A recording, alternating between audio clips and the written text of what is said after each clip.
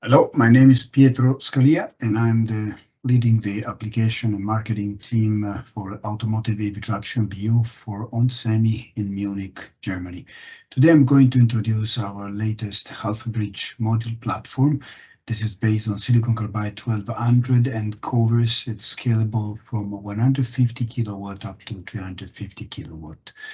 The agenda of this presentation will be articulated starting from the big call from the market about the wide gap revolution for increasing efficiency and the SiC impact specifically on the EV traction. Then I will show you the vertical integration of onsemi in silicon carbide and IGBT, and then going through the power module definition of this platform, which is based on indirect cooling and the prescription of for best thermal resistance in your inverter application. Finally, I will talk about the next steps. I would like to start from this IPCC slide that gives a call for action starting immediately, because the SOP we are working these days with our OEM and Tier 1 customers are normally 2025 and 26. IPCC is calculating that to limit global warming to about 1.5 C, the peak needs to be in those years, and this means that this is an impact we need to give immediately to increase efficiency to our platforms. How we can do that? Specifically in industrial through renewable energy and energy storage. This is where my colleagues from those industrial segments are working. In automotive is about chargers, of course, and is about OBC, DC-DC and EV traction inside the car. If we focus on this specific application segment of the traction, which is the largest in terms of time, the trend we are seeing is to increase voltage of bus from 400 to 800, clearly to increase a longer range. We calculate about 8 to 12% with the use of SiC of extending power range into the car. And then for the rest, the high voltage bus, of course, implements fast charging and reduces the distribution losses and cable losses inside the car. Together with this, high reliability packaging is needed to implement that kind of high power class and reliability that we wish to have in all our cars.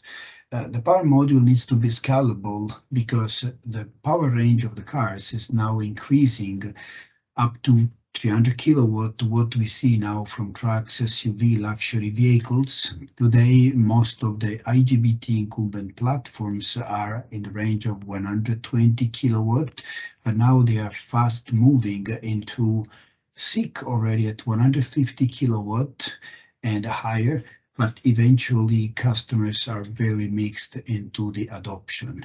But this very wide range of power demands for flexible power module platforms, both in IGBT and SiC, in a way that the inverter cannot be modified necessarily, and the modules can be modified much easier with the same mechanics.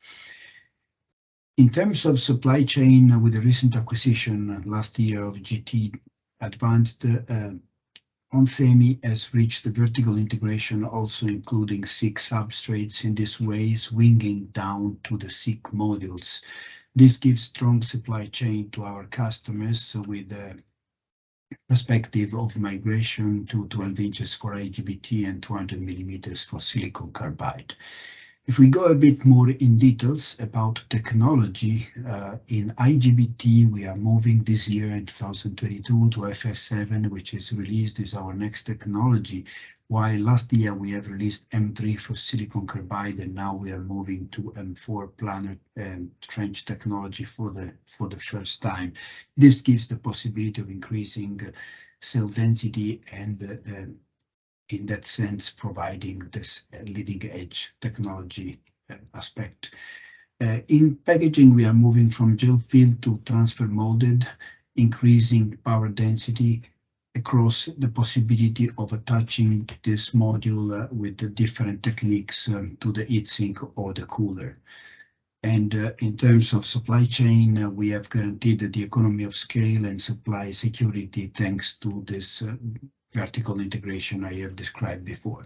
Finally, in terms of system competencies, we offer reference design joint lab partnership to our customers to implement our components in their inverter in the most efficient way. All of this is pervaded, of course, of quality across the entire platform, because at the end of the story, this is the most important element. And now we have a lot of experience in terms of release device on gel field, transfer molded, that gives the safety you demand in your platform. Going a little bit more in details in switching technology, the movement from technology of SiC has increased the cell pitch, but also the possibility of different cells have reduced the specific resistance. So when moving from hexagonal to strip to trench cells, we are increasing the density, reducing the RSP by about 10% every time. In IGBT, the same, and basically wafer thickness reduction has also given this kind of improvement, not only in technology, but also with cell pitch shrinking. If we go to packaging innovation, this goes along the possibility of using clipping, using sintering instead of bonding, of course, overall in our modules, and also in terms of attach of the dies and attach of the entire module. In terms of thermal resistance, we are reducing using not only indirect, but also direct cooling.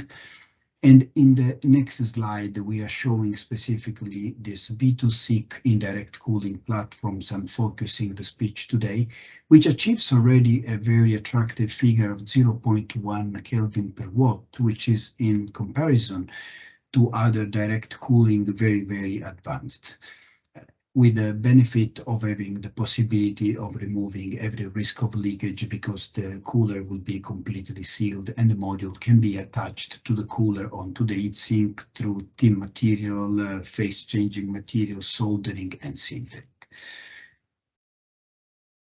Together with this, our system competence offers the possibility of stacking this type of packaging in a very different way, both with serial and parallel flow, and also with vertical integration, as you can see in the central picture.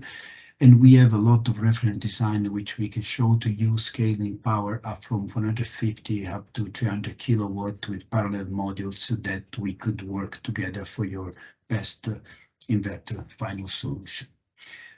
Showing now here the ID card of this B2SiC device. This is a single side cooling based on DBC module. And in this 4-quadrant, you can see the main pillars of value: thermal performance based on the advanced DBC and the best vertical transfer of heat, and then high reliability performance extended up to 200 degrees for limited operation. And then on the right, you see the clip bonding to the top and the silver sintering to the bottom, which achieves best reliability profile.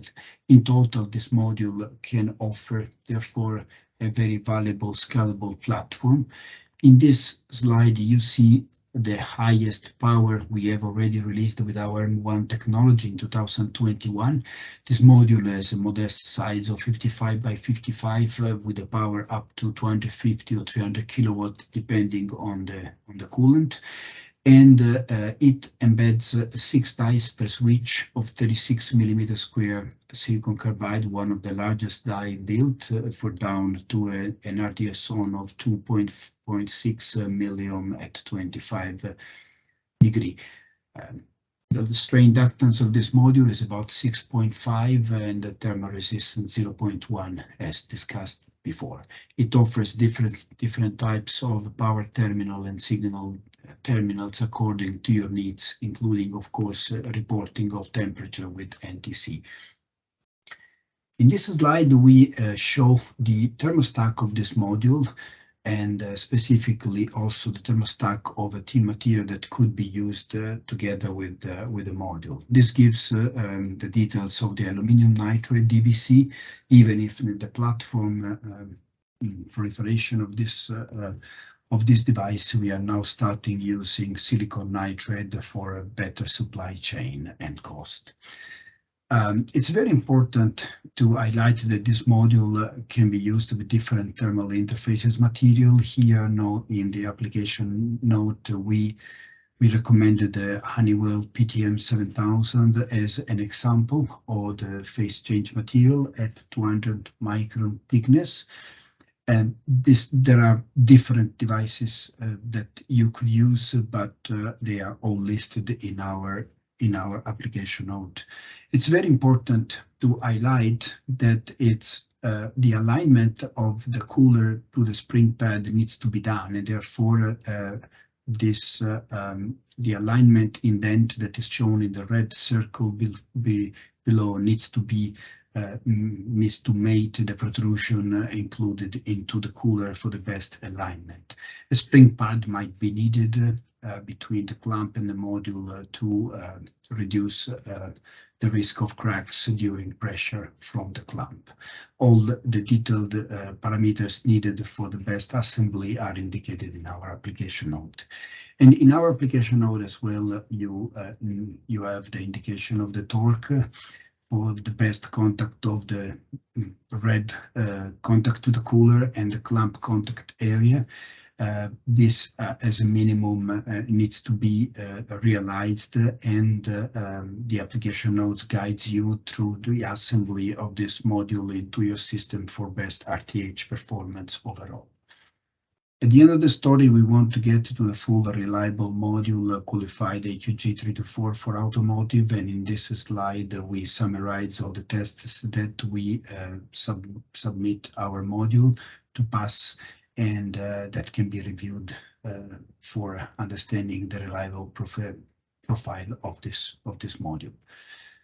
What comes next is the extension of this module as a family, so swinging the power range, modulating the type of dice inside the module. So specifically, if we go to the proposal of the dice, here you see again 4 pillars of value, the vertical integration on the top right, both in IGBT and SiC. And if we go to the smart feature of the SiC die, we report today voltage, temperature, and current. These values could be made available for best optimization of the gate driver, and an extended technology at 750 and 1200 volt is available. Together with this, our 100% dice are tested for wafer level burn-in, and this test is able to eliminate all intrinsic defects 100% in our parts, on top of implemented KGT binning, of course.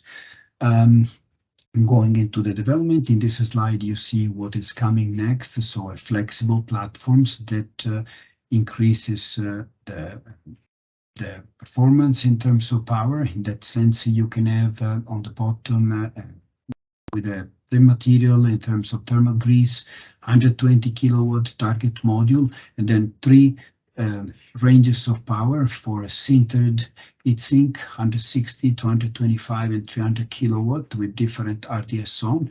These modules will be sintered to the cooler in this case for best performance when the power is increasing.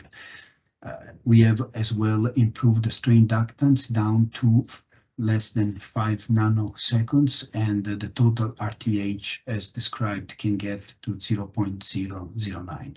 The attach is very similar to the previous family, but it's also improving the bonding to the clipping, soldering to any extent.